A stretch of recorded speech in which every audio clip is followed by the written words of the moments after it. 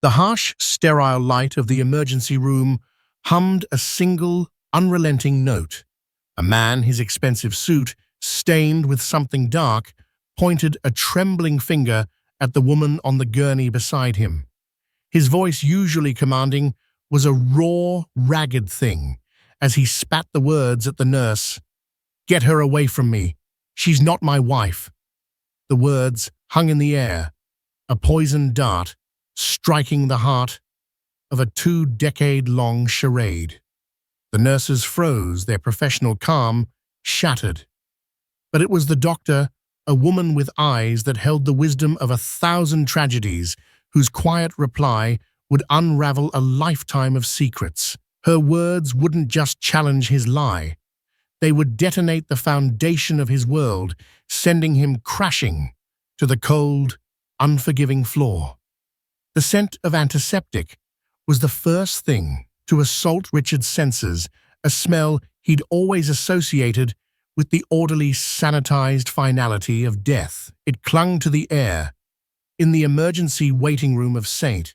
Jude's General Hospital, a stark contrast to the chaotic symphony of beeping machines, hurried footsteps, and hushed, urgent voices that filled the space.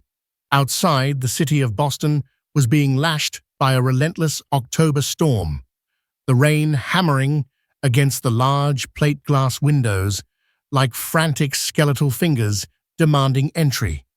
It was a fitting soundtrack to the maelstrom currently tearing through his own life. He sat ramrod straight on a garish orange plastic chair, the fabric of his Tom Ford suit now ruined with a spatter of mud and something unnervingly coppery feeling abrasive against his skin. He was Richard Davenport, a name that commanded respect in the architectural world, a man who built monuments of glass and steel that reshaped skylines. He was a man of control, of precision. Yet here he was, a piece of flotsam in a sea of human misery, stripped of his authority and forced to wait. Beside him, her head lolling to one side on the gurney where the paramedics had left her, was Amelia. Her face, usually a canvas of serene composure, was ashen, marred by a deep, ugly gash that ran from her temple down to her jawline. Her auburn hair, which he had once loved to watch catch the morning light, was matted with blood and rain. Her eyes were closed, and the rhythmic, shallow rise and fall of her chest was the only indication that she was still among the living. They had been driving back from a charity gala, the argument starting as a low simmer over something trivial, his attentiveness to a younger colleague, before boiling over into a full-blown inferno of accusations and recriminations. The slick, leaf-strewn road and his momentary rage-fueled distraction had done the rest. The world had become a screech of tires, a sickening lurch, and then the explosive violence of metal meeting ancient oak. A harried-looking nurse with a clipboard and a weary expression finally approached them. "Mr. Davenport," she asked, her voice a monotone drone that suggested she had seen it all and was impressed by none of it. Richard stood up, pulling at the lapels of his jacket in a futile attempt to regain some semblance of his usual impeccable self. "Yes, I'm Richard Davenport. I need a private room for her," he corrected himself, gesturing vaguely towards the still form on the gurney. "And I want your best neurologist paged, immediately." The nurse, whose name tag read Chloe, raised a skeptical eyebrow.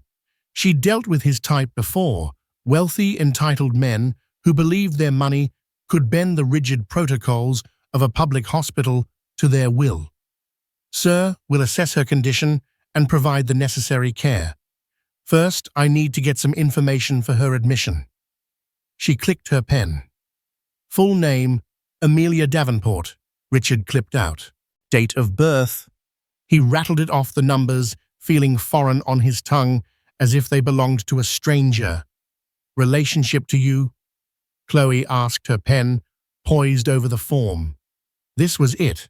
The moment the thought of venomous serpent that had been coiling in the pit of his stomach for years finally slithered out, the years of quiet resentment, of feeling trapped in a life that had become a gilded cage, of blaming her for the vast empty chasm that had opened up between them.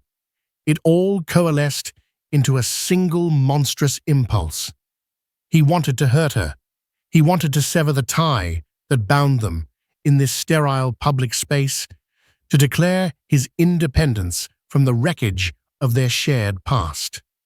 He looked at Amelia's pale, unconscious face, at the dried blood crusting on her skin, and felt nothing. Not pity, not fear, not love. Just a cold, hard emptiness. He drew a sharp breath, the antiseptic air searing his lungs. He looked the nurse directly in the eye, his own gaze as cold and unyielding as the granite facades he favored in his designs. "She's not my wife." The words dropped into the charged atmosphere of the ER like stones into a silent pool, the ripples spreading outwards in stunned silence. Chloe's pen froze mid-air. Two paramedics who were wheeling another patient past slowed their pace, their heads turning in unison. A woman sobbing quietly in the corner looked up, her own grief momentarily forgotten in the face of this new bizarre drama. Chloe blinked, convinced she had misheard him over the din. "I'm sorry, sir, could you repeat that? The acoustics in here are terrible." Richard's jaw tightened. He had said it. The Rubicon had been crossed. There was no turning back now. "You heard me," he said, his voice lower now, but laced with a chilling certainty. "She is not my wife. I don't know who she is. She must have been a hitchhiker or something." I swerved to avoid a deer. The lie was clumsy, pathetic, but it was all he had. He was building a new reality, one brick of deceit at a time. The nurse's expression shifted from weariness to incredulity and then to a slow, burning anger. She had seen shock manifest in strange ways, but this was different. This was deliberate. This was cruel. "Sir," she began, her voice taking on a steely edge, "this woman has your surname. She was in the car with you. She has a wedding band on her finger that matches yours perfectly." She gestured to his left hand, where the platinum band suddenly felt like a branding iron. "It's a coincidence," Richard insisted, his voice rising in volume, drawing more unwanted attention. "She's a stranger. I demand you treat her as such, and then I am leaving. My own injuries are minor. I have a business to run."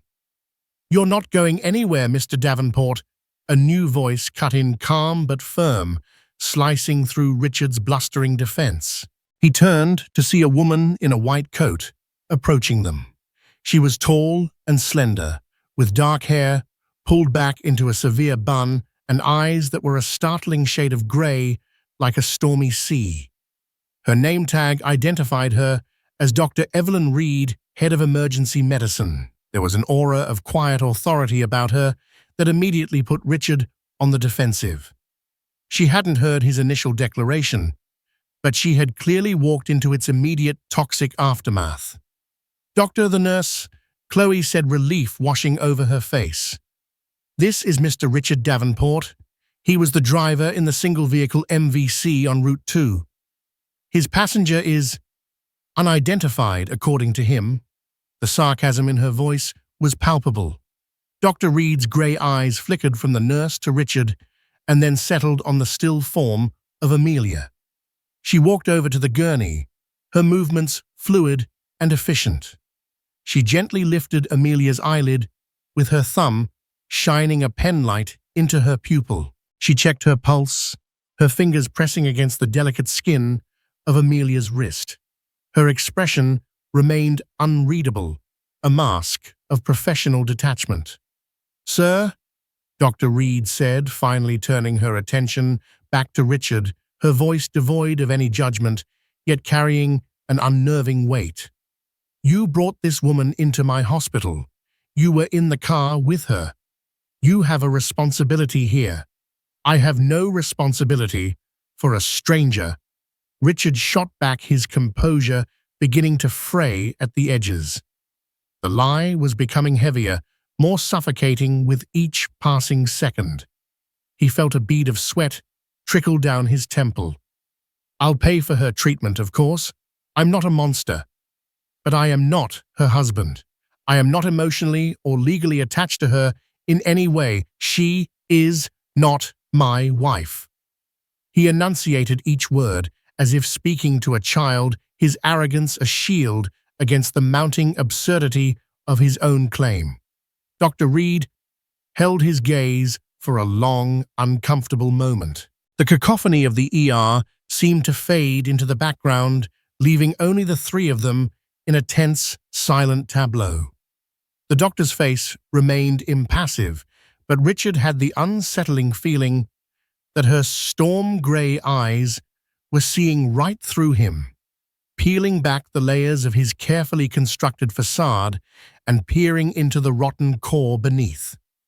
She finally broke the silence, her voice soft, almost a whisper, yet it carried the force of a physical blow. She didn't look at Chloe. She didn't even look at Amelia. Her gaze was locked entirely on Richard, pinning him in place. "You're right, Mr. Davenport," she said, a flicker of something unreadable in her eyes. "She's not your wife." Richard felt a surge of triumphant relief. It was working. He had done it. He had severed the connection. But the doctor wasn't finished. She took a small step closer, her voice dropping even lower, ensuring the words were for him and him alone. Her next sentence was not a question, but a statement of fact, a ghost from a past he had long since buried. "She hasn't been your wife for 17 years, Dr. Reed continued, her voice laced with an ancient, sorrowful knowledge. "Not since the night your daughter died. I was the intern on duty, Mr. Davenport. I was the one who held Amelia while you were screaming at the heavens that she wasn't your child." The world tilted on its axis. The antiseptic smell in the air suddenly became cloying, suffocating. The humming of the lights grew into a deafening roar. Dr. Evelyn Reed. Evelyn. The name echoed from a dark, forgotten chamber of his memory. A young, frightened face, streaked with tears, trying to offer him comfort in a hospital corridor that smelled exactly like this one.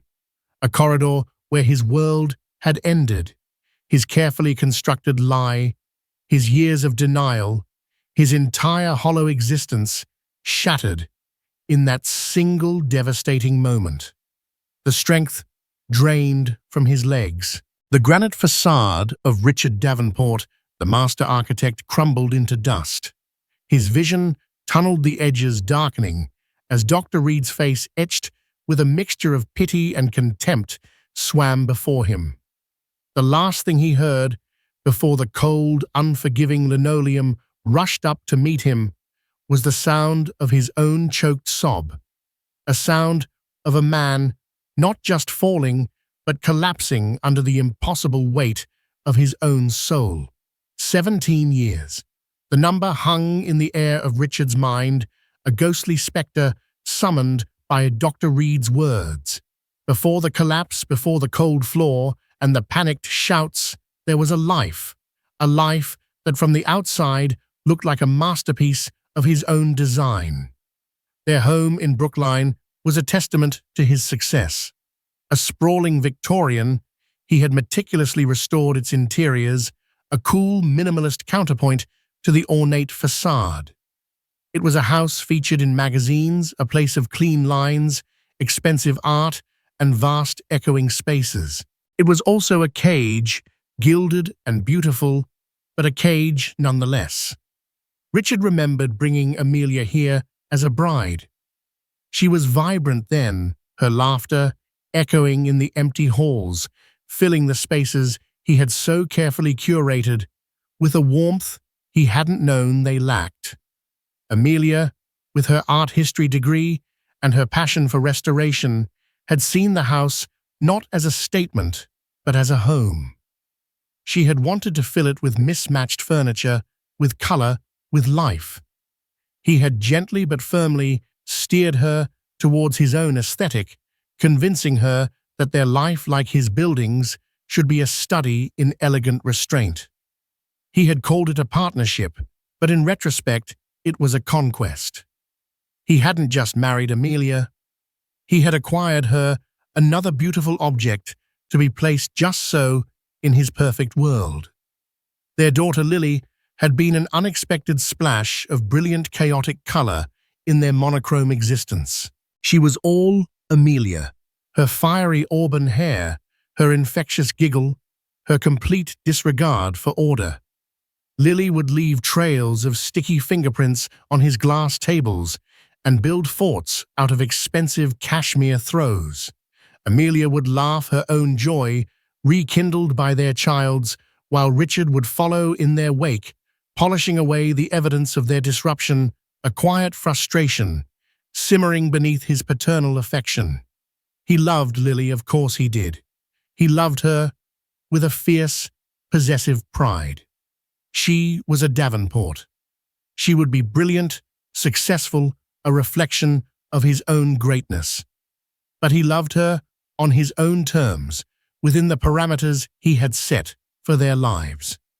He was the architect of their happiness, and he would not tolerate any deviation from the blueprint. The fissures in their marriage had started as hairline cracks, almost invisible to the naked eye. They were in the silences that stretched a little too long over dinner, in the way Amelia's laughter started to sound brittle, forced. He was busy, always busy, consumed by projects, by deadlines, by the relentless pursuit of more. More money, more prestige, more awards to line the shelves of his stark, minimalist office. He provided Amelia with everything she could possibly want: a limitless credit card, a staff to run the house, the freedom to pursue her hobbies. He couldn't understand why it wasn't enough. He remembered one evening, a few months before the world had cracked open. He had come home late as usual to find Amelia in the garden, her hands covered in soil, a smudge of dirt on her cheek. She was planting wildflowers, a chaotic riot of blues, purples, and yellows, in a bed he had designated for perfectly manicured white roses. "What is all this?" he had asked, his voice tight with disapproval. "It looks a mess." Amelia had looked up at him, her smile faltering. "I wanted some color," she had said, her voice small. "Everything is so gray." "It's elegant," he had corrected. "It's timeless." He hadn't seen the plea in her eyes, the desperate need for something wild and untamed in their sterile life. He had only seen a deviation from his plan. The next day, he had the gardeners rip out the wildflowers and plant the white roses he had originally intended. He had thought he was restoring order. He hadn't realized he was burying her spirit. The arguments became more frequent after that, though they were always conducted in hushed, civilized tones. They were architects of a cold war fought in the vast, silent rooms of their perfect house. Amelia accused him of being absent, of being emotionally distant. He accused her of being ungrateful, of not appreciating the life he had built for them. He saw her burgeoning unhappiness as a personal failure, not of his own making, but of hers. She was a flaw in his perfect design, and it infuriated him. Then came the night that shattered everything. The night that Dr. Reed had ripped from the grave of his memory. Lily was 5 years old, a whirlwind of energy and light. She had developed a fever, a sudden, spiking temperature that had sent them racing to the emergency room of this very hospital, St. Jude's. Richard remembered the chaos, the fear the agonizing weight. He had paced the corridor, his mind racing, already calculating the disruption to his schedule, the meetings he would have to cancel. He had blamed Amelia. It was her fault. She had taken Lily to a crowded playground that afternoon. She had been careless. He had spat the accusations at her in the hallway, his fear manifesting as a cruel, misplaced rage. "If you had just listened to me, if you weren't so lax, this wouldn't have happened." He had snarled. He remembered a young intern, her face pale and frightened, trying to intervene. "Mr. Davenport, please," she had pleaded. "Your wife is upset. This isn't helping." He had brushed her off, barely registering her presence. The doctors had diagnosed it as a particularly aggressive form of meningitis. They had done everything they could, but it was too fast, too virulent. Lily had slipped away from them in the pre-dawn hours, the machines that had been screaming her life's frantic song falling silent one by one. The aftermath was a blur of hollow-eyed grief. But Richard's grief was intertwined with a dark, stubborn thread of denial. In his mind, it was not just a tragedy, it was a failure. And it was Amelia's failure. It was easier to blame her than to face the terrifying randomness of fate, the horrifying reality that for all his wealth and control, he was utterly powerless. In the days that followed, he had overheard a conversation, a whispered exchange between two nurses who thought he was out of earshot. "That poor woman," one had said, "her husband, he kept saying the most awful things. He even told one of the doctors she wasn't his child, that it couldn't be, as if a Davenport could be so flawed." He hadn't screamed it at the heavens, as Dr. Reed had said.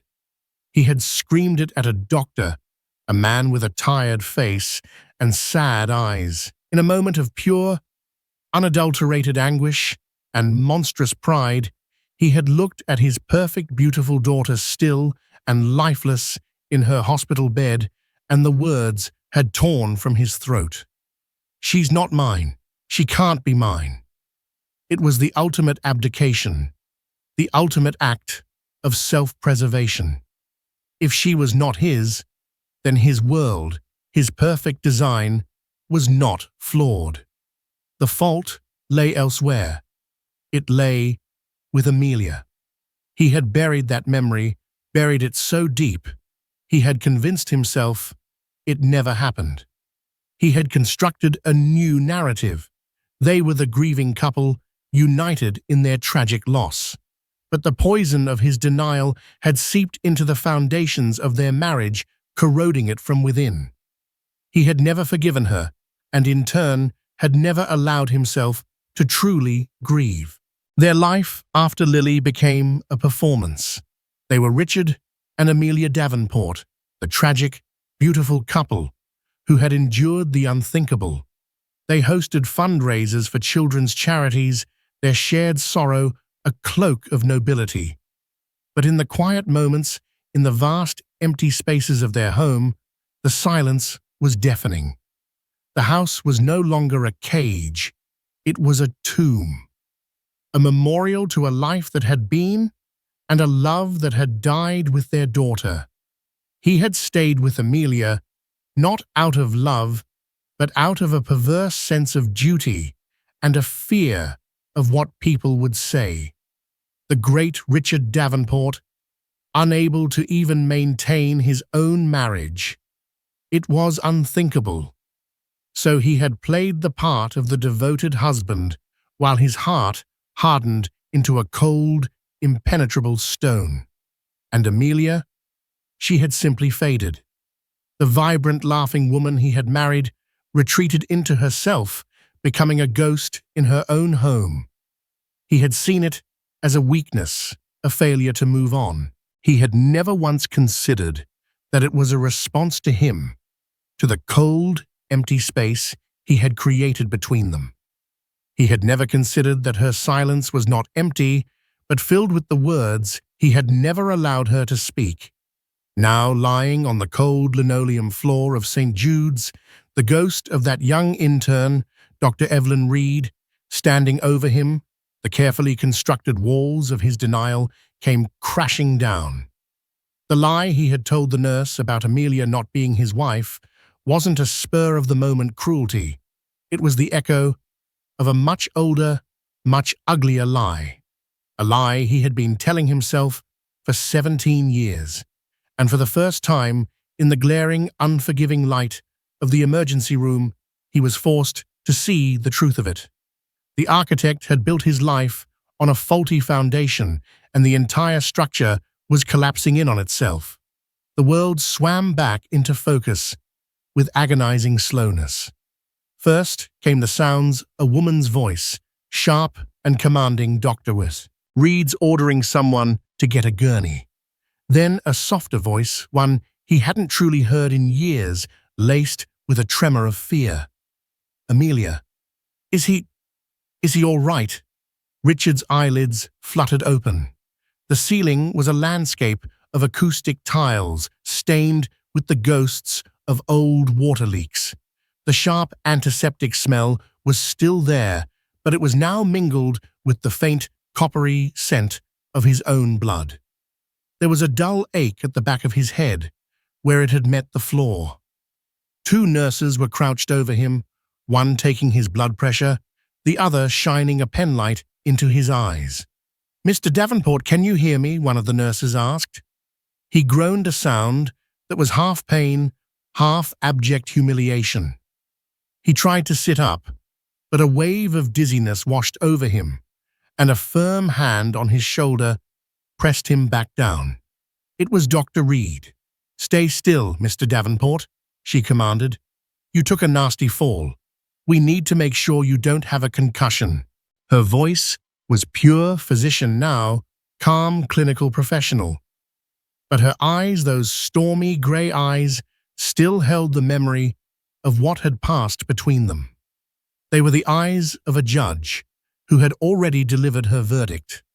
He saw Amelia then. She was standing a few feet away, her own gurney forgotten. The cut on her temple seemed starker darker against the sudden pallor of her face. She was looking at him, not with the anger or resentment he might have expected, but with a bewildered, wounded expression. It was the look of a person who has been struck by a blow they never saw coming, even though they had been living in its path for years. The lie he had told the nurse had been cruel, a public repudiation. But the truth Dr. Reed had unearthed was a different beast entirely. It was a shared secret, a festering wound he had just ripped open for the world to see. Amelia. He rasped his throat dry. The name felt like ash in his mouth. She flinched, as if the sound of her name from his lips was a physical assault. She took a half step back, her arms wrapping around her own waist in a protective gesture. The nurses, with practiced efficiency, had him transferred onto a fresh gurney and began wheeling him towards a curtained-off bay. As they moved, he saw the other faces in the ER, the curious, pitying stares of strangers who were now privy to the most shameful moment of his life. He, Richard Davenport, the man who curated his public image with the same meticulous care as his architectural designs, was now just another piece of sordid ER drama. Dr. Reed walked beside his gurney, her expression unreadable. "I've ordered a CT scan for your head, Mr. Davenport," she said, her tone all business. "And we need to get your wife properly examined. She has a significant laceration that needs suturing, and we need to rule out any internal injuries from the accident." The word wife hung in the air between them, a word he had so callously discarded just moments before, now returned to him with the full weight of medical authority. He started, not even knowing what he was going to say. Apologize, explain, justify, all the words caught in his throat. They reached a bay, and the curtain was drawn, creating a flimsy, temporary private space. A nurse began to clean the cut on his head, the sting of the antiseptic a welcome grounding pain. Through a gap in the curtain, he could see them attending to Amelia, guiding her to a seat. She moved like an automaton, her gaze fixed on some distant point, her face a mask of shock. Once the nurse had finished with him, Dr. Reed pulled the curtain closed completely. She stood at the foot of his gurney, her arms crossed her white coat, a stark symbol of the authority she wielded in this domain. The professional mask had slipped slightly, revealing the woman beneath the woman who had been a witness to his past sins. 17 years is a long time to carry a lie, Mr. Davenport, she said, her voice low and even, yet it cut him to the quick. I almost didn't recognize you. You've aged, but I never forgot your face or your words. I was grieving, he whispered the excuse, sounding pathetic even to his own ears. I wasn't myself. Weren't you? Dr. Reed challenged, taking a step closer. Or were you exactly yourself, the man who couldn't accept a flaw in his perfect world? A man so consumed by pride that he would deny his own child, his own wife, just to protect his fragile ego. Each word was a scalpel, expertly dissecting him, laying bare the ugly truth he had tried so hard to conceal. You don't understand, he pleaded, the desperation clawing at him. Oh, I think I do, she countered, her voice hardening. I understand perfectly. I was 24 years old that night, Mr. Davenport. It was my first rotation in the pediatric ICU. I'd never lost a patient before. Your daughter? Lily? She was my first. I remember her name. I remember her red hair. And I remember her mother, a woman so broken with grief she could barely stand, having to endure her husband's monstrous cruelty on top of it all. She paused, her gaze unwavering. I held Amelia's hand for 2 hours after you stormed out. I listened to her whisper stories about Lily, about how she loved to finger paint and sing off-key, about how she had your eyes. While you were off preserving your precious pride, your wife was keeping your daughter's memory alive alone. The image she painted was devastating. He had no memory of that. He had blocked it all out, replacing it with a narrative in which he was the stoic, grieving father. The truth was so much uglier. He had been a coward. He had abandoned his wife in her darkest hour.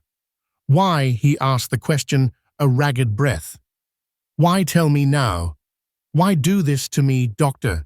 Reed's expression softened almost imperceptibly, a flicker of something that might have been pity in her storm-grey eyes. Because for 17 years, I've seen your wife's face in my mind. I became a doctor to heal people, Mr. Davenport. But sometimes, the deepest wounds aren't physical. Sometimes, the only cure is the truth. She leaned in closer, her voice dropping to a conspiratorial whisper. You told my nurse that she is not your wife, and as I said, you are right, but not for the reason you think. I accessed her medical records when she was brought in. We have her history from her primary care physician. It was flagged on her file. Richard stared at her, his mind struggling to process her words. Flagged what could possibly be flagged on Amelia's file.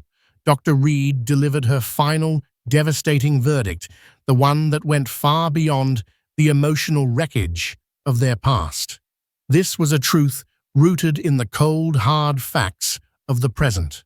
According to her medical directives, the ones she updated just 6 months ago with her lawyer, you, Richard Davenport, are not her legal next of kin.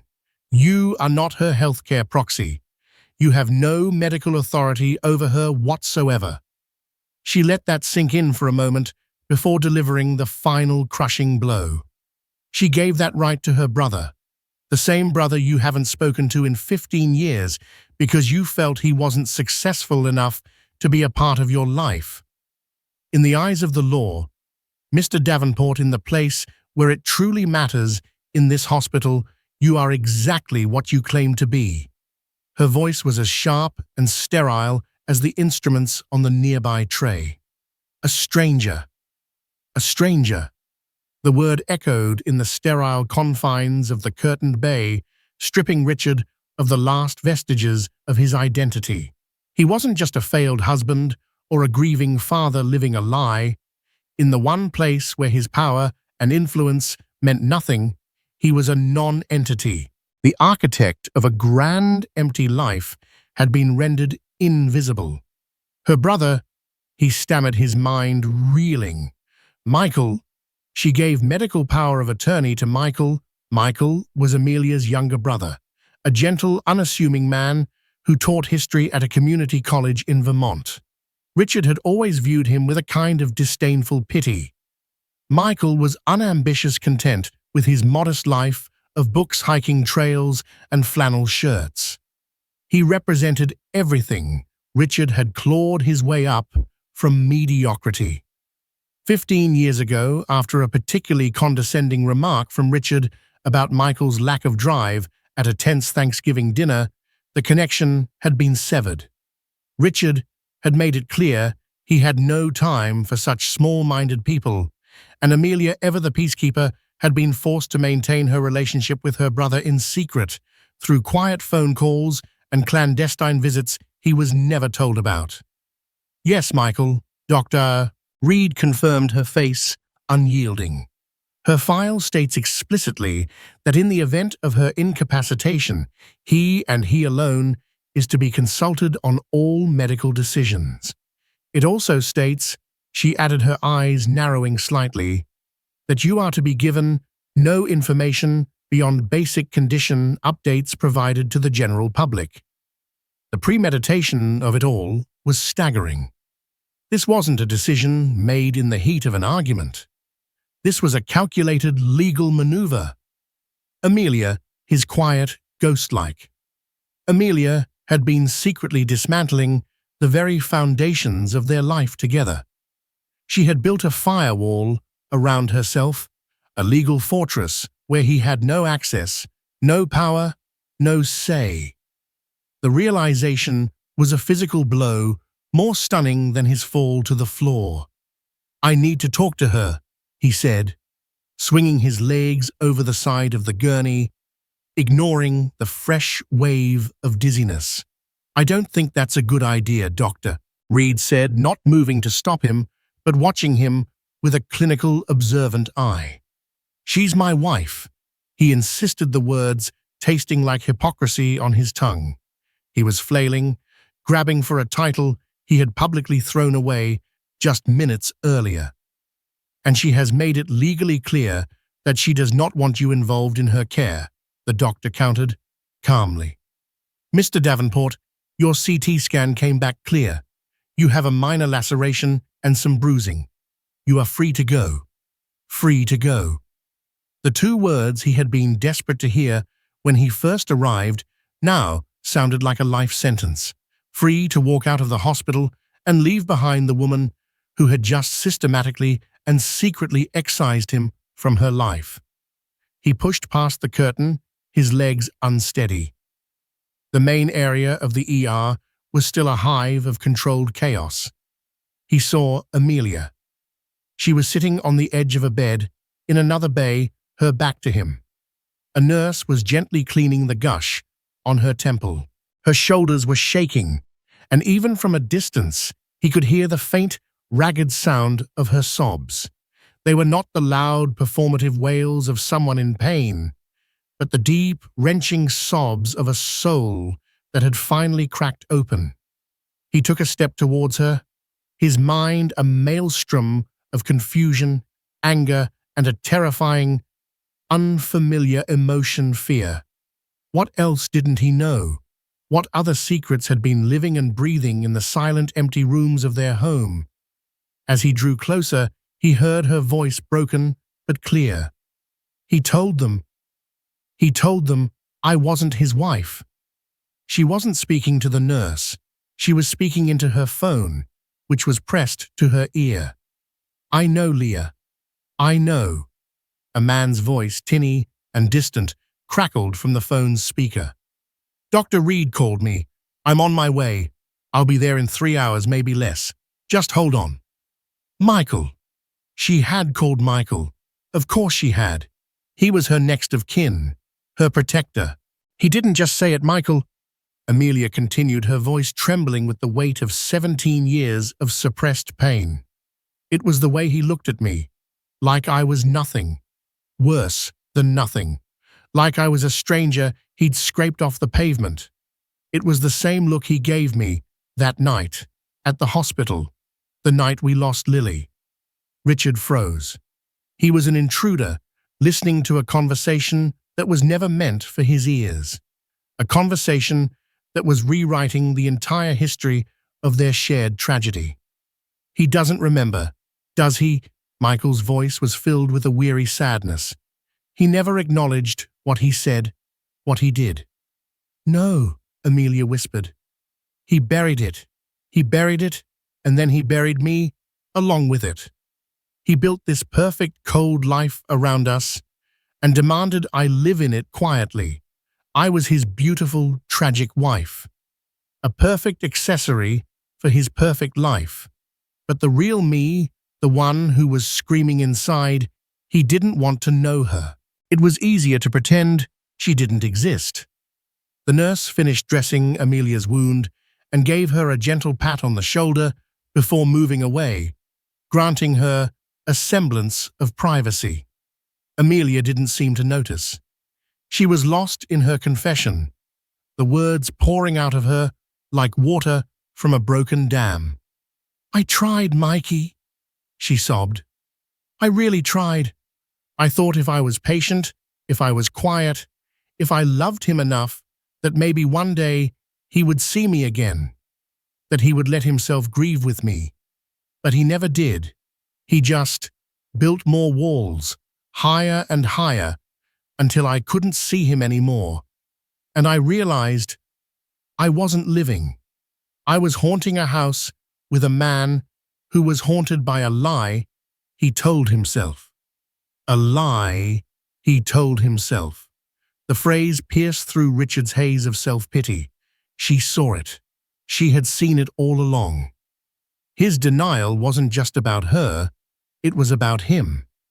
It was his weakness, his flaw. 6 months ago, Amelia continued, her voice gaining a sliver of strength of resolve. "He tore down the old rose garden, the one my grandmother helped me plant when we first moved in. He said it was messy and outdated. He replaced it with some awful sterile Zen garden with white gravel and a single tortured-looking tree. He didn't even ask me. He just erased it, erased another piece of me. And that's when I knew. I knew I had to do something. I had to protect myself. So I called a lawyer. I changed everything. My will, my healthcare directive. I took my life back, Michael. At least the legal parts of it. The rose garden.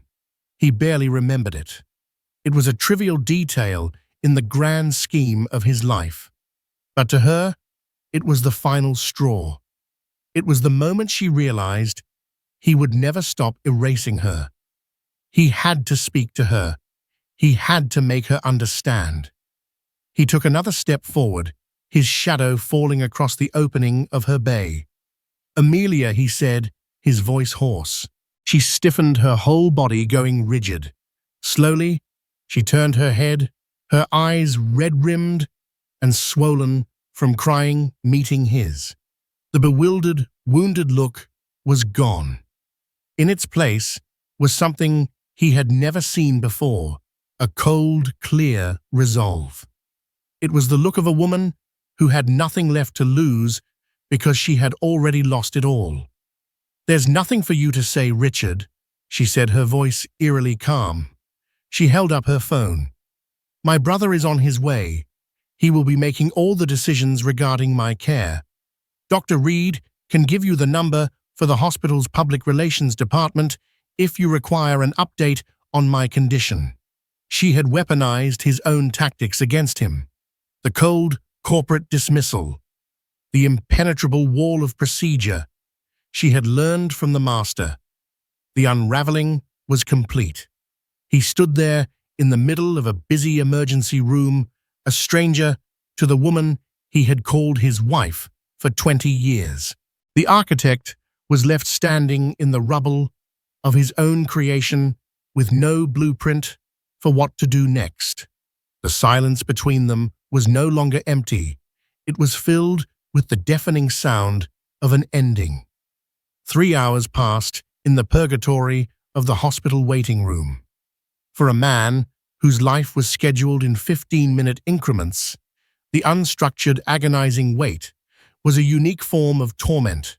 The chaos of the ER, once an irritating backdrop, now seemed to press in on him. Every frantic rush of a gurney, every hushed, worried conversation was a universe of pain he had spent a lifetime building walls to ignore. He sat slumped in the same orange chair, the Tom Ford suit, now a crumpled, absurd costume for a man who had lost his stage.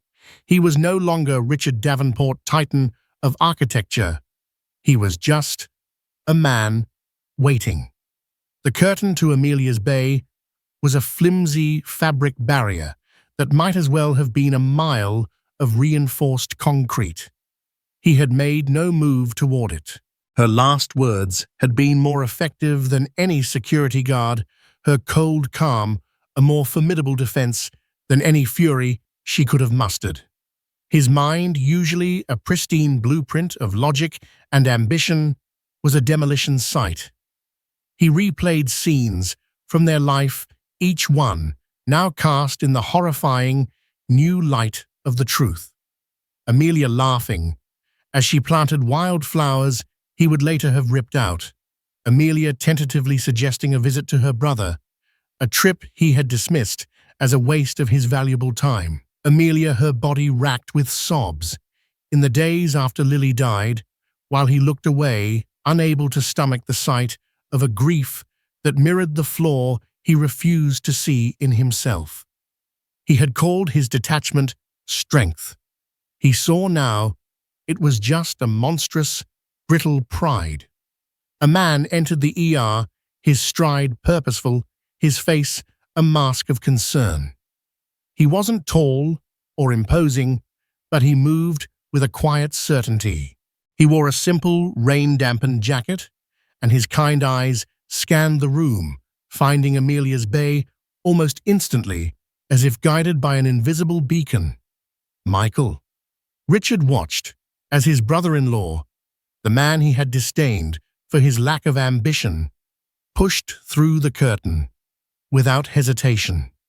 The muffled sound of voices followed Amelia's soft and fractured, and Michael's a low, comforting rumble. Soon, an image that would be seared into Richard's memory. Michael's arm wrapping around Amelia's shoulders, pulling her into an embrace of simple, profound solace. It was an embrace Richard should have given her 17 years ago and every day since. The sight of it hollowed him out with a jealousy so sharp it was almost a physical pain. After what felt like an age, Michael emerged, his expression now hard as flint. He walked directly toward Richard. "Davenport," Michael said, the single word dripping with contempt.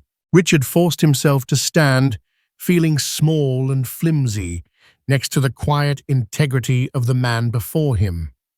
"Michael, I only have one thing to say to you," Michael began, his voice tight with controlled rage. "It's over. Whatever sick, twisted game you've been playing, it's done. As soon as she's discharged, she's coming home with me, back to Vermont." The words struck Richard with the force of a physical blow. Vermont. A different world. A world without him. "You can't," he stammered. "Her life is here. The house, Michael let out a sharp, bitter laugh. The house you mean, that sterile mausoleum, that's not a home. It's the prison you built for her after you broke her heart, and she is done serving the sentence. He stepped closer, his voice dropping to a fierce, trembling whisper. Do you have any idea what you did to her? She has spent 17 years blaming herself for Lily's death. She carried that guilt every single day because you let her. You stood by and watched her believe it was her fault because it was easier than facing your own damn pain. The accusation was so true, so brutally accurate, that all the air left Richard's lungs. He had no defense. He had no excuse. He could only stand there and let the truth of his monstrosity wash over him. I know, Richard whispered the admission, a ragged, tearing sound. God help me, I know. The simple confession seemed to disarm Michael, who had clearly come prepared for a battle against Richard's legendary arrogance. You know, he repeated, a flicker of disbelief in his eyes. I heard her. Richard admitted, his gaze falling to the scuffed linoleum floor. I heard what she said to you on the phone, and the doctor, Dr. Reed. She was the intern that night. She told me everything. A weary understanding dawned on Michael's face. So it took a car crash and a ghost from 17 years ago to make you see what a decent man would have seen all along. It was not a question. I loved her. Richard said the words, feeling pathetic and hollow. I loved Lily. Did you? Michael shot back, his anger flaring anew. Love isn't about pride, Richard. It's not about keeping up appearances. It's about sitting in the wreckage together when the world ends. You don't abandon the person you love in the middle of the fire because you're afraid to get burned. He was right. Richard had been a coward. A high-functioning, successful, wealthy coward. He had to tell her, not to fix it, not anymore, but to confess. Please, he begged the word, scraping his throat. Let me talk to her. 5 minutes. I won't try to stop her. I won't make excuses. I need her to hear it from me. Michael stared at him, a war playing out in his eyes between his protective fury and the sight of the utterly broken man before him. Finally, with a heavy, reluctant sigh, he turned and went back to Amelia. Richard's heart hammered against his ribs as he watched the silent negotiation. He saw Amelia shake her head, a sharp, definitive refusal, but Michael persisted, his voice a low murmur. At last, a slow, tired nod. 5 minutes, Michael said, reappearing at the curtain. His voice was flat, his eyes cold. And I'll be right here.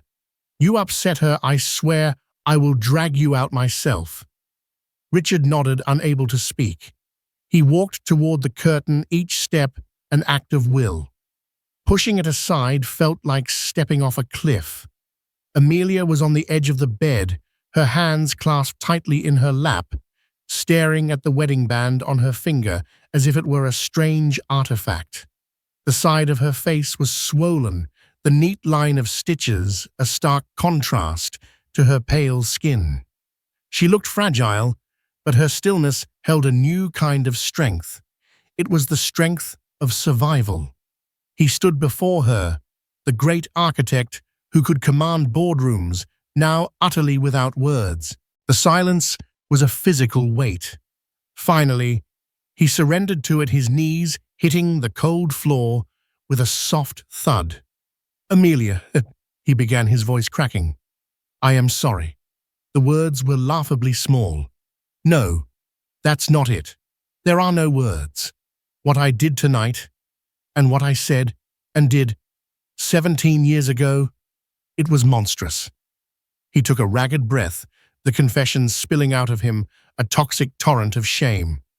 I was a coward. I was so terrified of the pain of that flaw in my perfect world that I let you carry all of it. I blamed you for Lily. I denied she was mine in that hospital room because I couldn't bear that something could be taken from me. It was always about me, my loss, my reputation, my life. Tears streamed down his face, blurring her image. I didn't lose you that night, Amelia. I threw you away.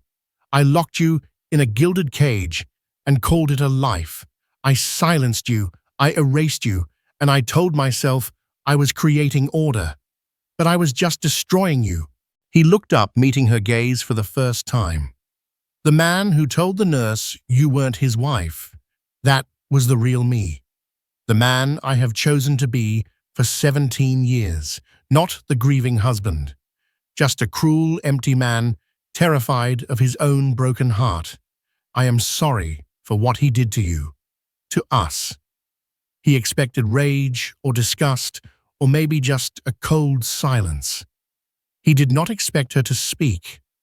She finally turned her head, her eyes clear and filled with a vast, deep sadness meeting his. "Why, Richard?" she whispered, her voice hoarse with unshed tears. "Why did it take this long?" The question was simple. The answer was his damnation. Because I was a coward, he confessed the truth, a final liberating agony. Because to truly see you, I would have had to see myself. And I knew that my entire life, everything I was so proud of, was built on top of your unhappiness. I didn't want to see it. Amelia watched the man she had married disintegrate before her. The sight of Richard Davenport on his knees, stripped of the pride that had been his armor for 2 decades, was as shocking as it was heartbreaking. His confession, a brutal autopsy of their shared life, had validated years of her silent suffering. It had been real. She wasn't crazy, but his sorrow was not a magic wand. It could not rewind time, resurrect dead feelings, or heal wounds that had festered into scars. The truth, as welcome as it was, had arrived 17 years too late. "Get up, Richard," she said, her voice quiet but firm. It was not a forgiveness, but a dismissal of the gesture. Their problems were too vast to be addressed from the floor. He rose unsteadily, his tear-streaked face a canvas of desperate hope. "Amelia would—" "Thank you," she interrupted the words, surprising them both. "Thank you for finally telling the truth, for letting me know that the prison was real, and I wasn't the one who built it." A flicker of life returned to his eyes. He saw an opening, a chance to rebuild. "We can fix this. I can change. I can tear it all down, and we can draw up a new blueprint, something better." A sad, knowing smile touched Amelia's lips. "An architect always thinks in blueprints," she whispered, "but you can't build a new home on a rotten foundation, Richard. The ground is poisoned." She finally stood, her own pain giving her a strength he'd never seen. "I am going to Vermont with Michael. I need to breathe air that isn't thick with ghosts and regrets. I need to find out who I am when I'm not waiting for you to see me." "For how long?" he pleaded, the panic rising in his voice. "I don't know," she answered, the honesty a clean, sharp blade. "I don't know who I am without the weight of your silence." She walked toward the curtain, where her brother stood, waiting, a guardian at the gate of her new life. She paused at the threshold, her back to him, delivering one final instruction. "Sell the house, Richard. Sell that cold, beautiful museum and give every penny to the children's hospital. Let Lily's fund have it all. Let one truly good thing grow from all that empty space." She didn't look back. She pushed the curtain aside and walked away, her soft footsteps fading into the steady, comforting murmur of her brother's voice. Richard stood alone in the sterile bay, the great architect surrounded by the rubble of a life he had meticulously designed and personally demolished. His confession had not brought her back. It had only given her the strength to leave. He was left with nothing but the terrifying empty space where a life used to be, and the devastating knowledge that he was the one who held the wrecking ball. The sterile quiet of a hospital room became the stage for a truth 17 years buried. A single cruel sentence, "She's not my wife," unleashed a torrent of secrets, lies, and buried grief, forcing a man to confront the monster he had become. This wasn't just a story about a marriage falling apart. It was about the devastating power of denial and the painful, complex path to redemption. What happens when the walls we build to protect ourselves become our prisons? Richard and Amelia's story is a raw, emotional reminder that sometimes the most catastrophic collapse is the one that happens within our own souls. If this story touched you, if it made you think, please let us know in the comments below. What do you think Amelia should do next? Don't forget to like this video, share it with someone who appreciates powerful storytelling, and subscribe to our channel for more real-life drama that explores the depths of the human heart. Your support allows us to keep telling these important stories.